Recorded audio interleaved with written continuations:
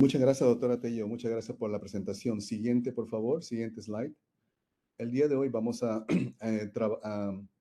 a conversar un poco acerca de tratar de entender el concepto de fragilidad en pacientes con cáncer. Esto es lo que intentamos conversar el día de hoy. Vamos a revisar un poco la prevalencia, los mecanismos biológicos envueltos en fragilidad en pacientes con cáncer, que son únicos a esta población. Vamos a hablar de los resultados o cuáles son los resultados que ocurren en pacientes que tienen fragilidad y que tienen al mismo tiempo algún tipo de cáncer. Vamos a hablar de los fenotipos que podemos ver y algunos de los scores o exámenes que podemos hacer para hacer un screening o un tamizaje a los pacientes con cáncer. Vamos a hablar un poco acerca de cómo manejamos a estos pacientes aquí, especialmente en mi institución. Un poco hablar del nuevo paradigma en geriatría oncológica, que es la fragilidad cognitiva, y algunos aspectos importantes o vacíos en el área de investigación y agenda por seguir. Siguiente, por favor. Empezamos por la prevalencia. Siguiente. Como todos sabemos, la fragilidad en pacientes con cáncer es bastante elevada. Lo interesante de esto es que si nosotros queremos un número determinado, estamos hablando que aproximadamente entre el 45 a 50% de pacientes con todo tipo de cáncer, ya sea malignidades sólidas o hematología o cánceres sanguíneos, están aproximadamente entre un 45 a 50% de prevalencia, lo cual es bastante alto. Es importante también entender de que pacientes jóvenes, porque tenemos pacientes jóvenes que tienen ya sea leucemia linfocítica aguda o cualquier otro tipo de cáncer cuando son personas jóvenes, también tienen una prevalencia que va aproximadamente al 10%, lo cual significa que el cáncer, mejor dicho, la fragilidad en pacientes con cáncer, no necesariamente está solamente en los pacientes envejecientes, sino también en la población adulta joven. Siguiente, por favor. Vamos a hablar un poco de los mecanismos. Siguiente. Tres mecanismos fundamentales quisiera conversarles el día de hoy. Número uno es cómo el cáncer de por sí origina fragilidad. Dos, cómo el envejecimiento puede originar o puede activar mecanismos para crear cáncer y fragilidad. Y número tres, cuál es el impacto del tratamiento de pacientes con cáncer y cómo se activan estos caminos especiales para que origine más fragilidad y más complicaciones. Siguiente, por favor. Empecemos con la patofisiología del cáncer. Siguiente. Tres cosas importantes. Nosotros sabemos que el cáncer de por sí es un fenómeno inflamatorio crónico, lo cual origina la presencia de citoquinas, ya sea proinflamatorias y, por supuesto, catabólicas, que lo que hacen es crear un ambiente especial. Esto origina la creación, por supuesto, de otros factores como el factor de necrosis tumoral, interleuquinas 6, 1 y otras más, y también algunos factores de proteólisis.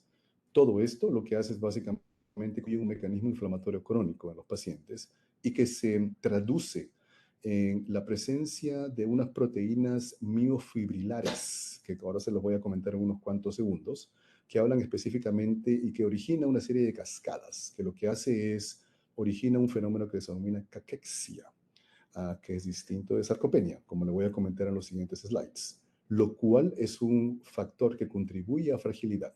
Entonces, el cáncer de por sí contribuye a la fragilidad. Siguiente, por favor.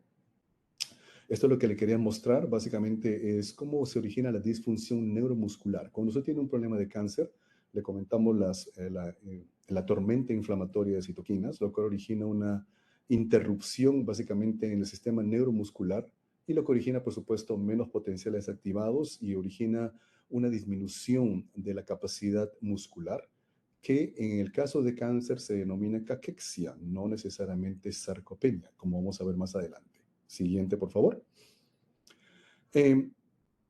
¿Cuál es la contribución del envejecimiento a el cáncer y a la fragilidad? Siguiente. Por supuesto que hay una contribución definida. Todos nosotros sabemos que, por ejemplo, en los casos de anorexia, cuando nosotros envejecemos, afecta indudablemente muchas personas envejecientes. Esto origina deficiencias nutricionales, disminuye también la capacidad de ejercicio y de disminución de la masa muscular, lo cual origina luego el desarrollo de fragilidad. Por supuesto que tenemos que diferenciar dos conceptos fundamentales, uno que es sarcopenia versus el otro que es caquexia. Siguiente, por favor.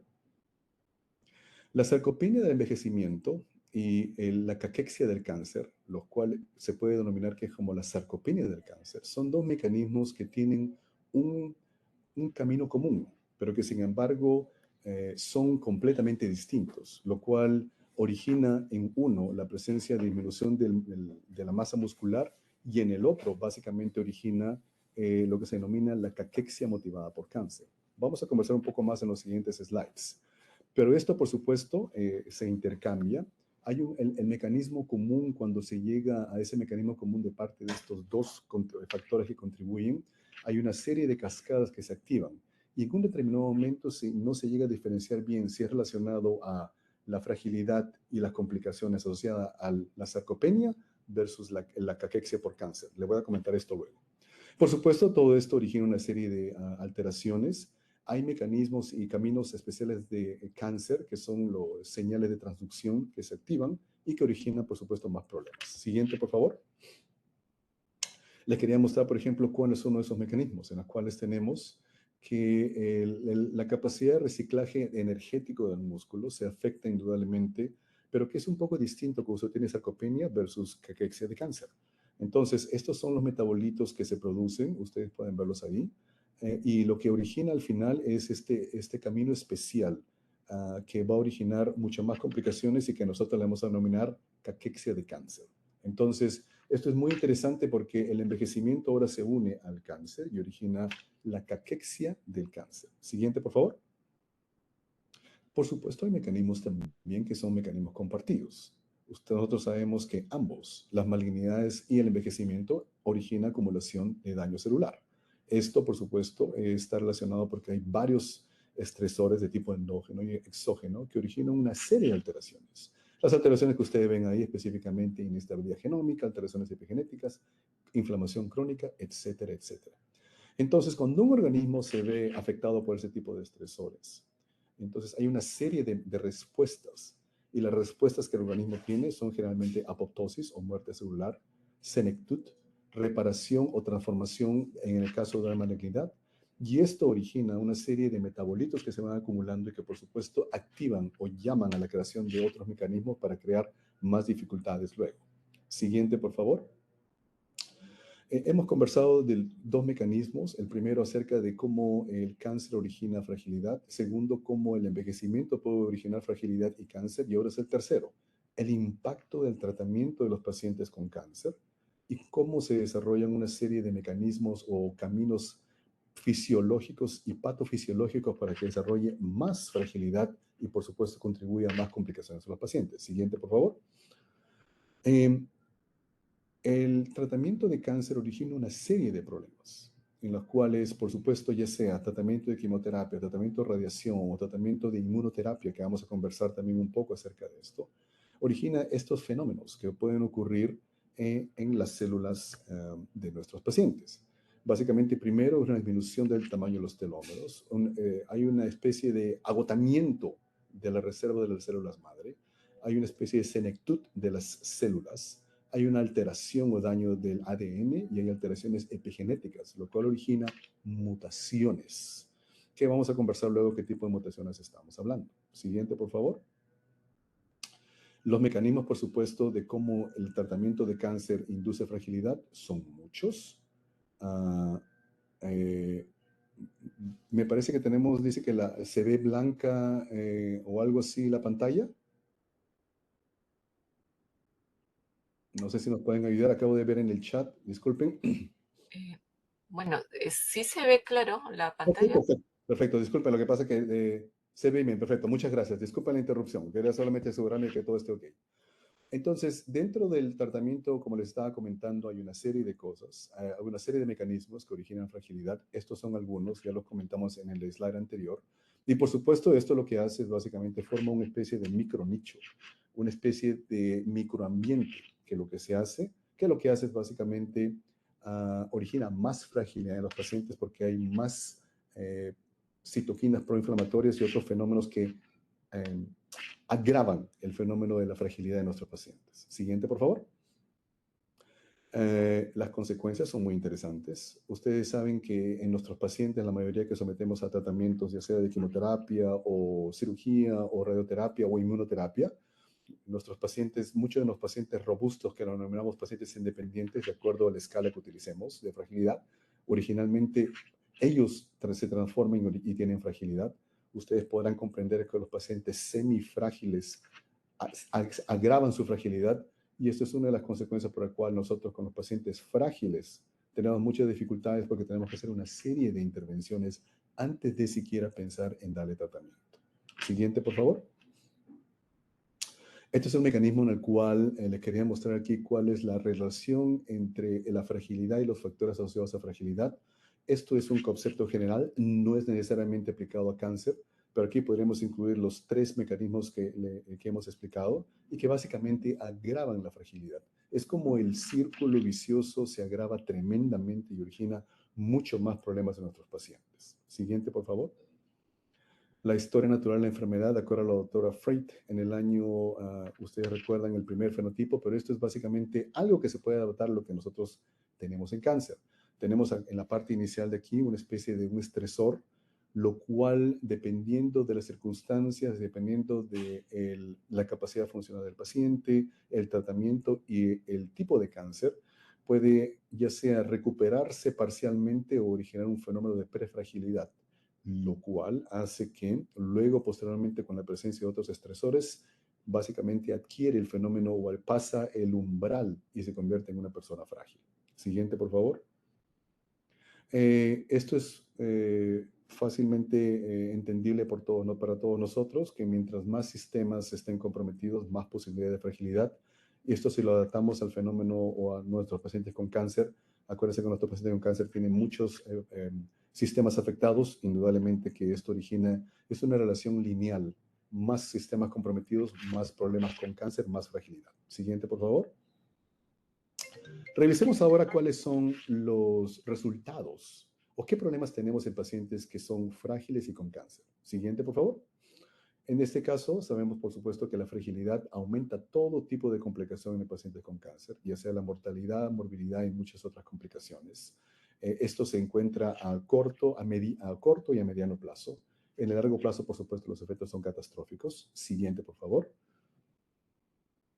Solamente para mostrarles un estudio de cómo la fragilidad básicamente se va incrementando, incrementa dramáticamente la mortalidad de nuestros pacientes. Siguiente, por favor. Sabemos que desde el punto de vista, por ejemplo, de readmisiones al hospital, existe un alto nivel de readmisión. Existe también, por supuesto, alteraciones en la calidad de vida. Existe también alteraciones en descontinuamiento. Se descontinúan los tratamientos en pacientes con cáncer. Hay hospitalizaciones repetidas y, por supuesto, se convierte en una espiral que es incontenible. Siguiente, por favor. ¿Cuáles son los fenotipos clínicos y qué índices de fragilidad nosotros utilizamos? Siguiente. Les quería mostrar aquí, siguiente por favor, la variedad de cómo se presentan los pacientes con cáncer son múltiples. Hay una gran variedad. No existen muchas publicaciones específicas al respecto, pero sí lo que existe es cómo utilizamos las herramientas o los scores de fragilidad de nuestros pacientes. Siguiente, por favor. Aquí les muestro una tabla, disculpen si no la podemos ver muy bien, de básicamente todos los scores que utilizamos, desde de los más concretos hasta los más sofisticados, y que básicamente les muestro aquí cuál es la sensibilidad, especificidad y cómo trabajan en nuestros pacientes con cáncer. Siguiente, por favor. También tenemos, por supuesto, tools o herramientas que nosotros utilizamos para evaluar las características psicométricas. Siguiente, por favor, donde aquí también se muestra la validez y la confiabilidad de los exámenes. Estas son todas las herramientas que podemos utilizar. Siguiente, por favor. Pero indudablemente, no todo es simple como se puede mencionar.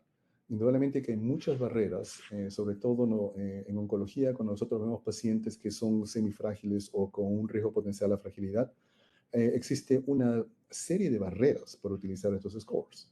Y por supuesto, la principal es que muchos de los oncólogos no estamos enterados específicamente de que existen estos scores.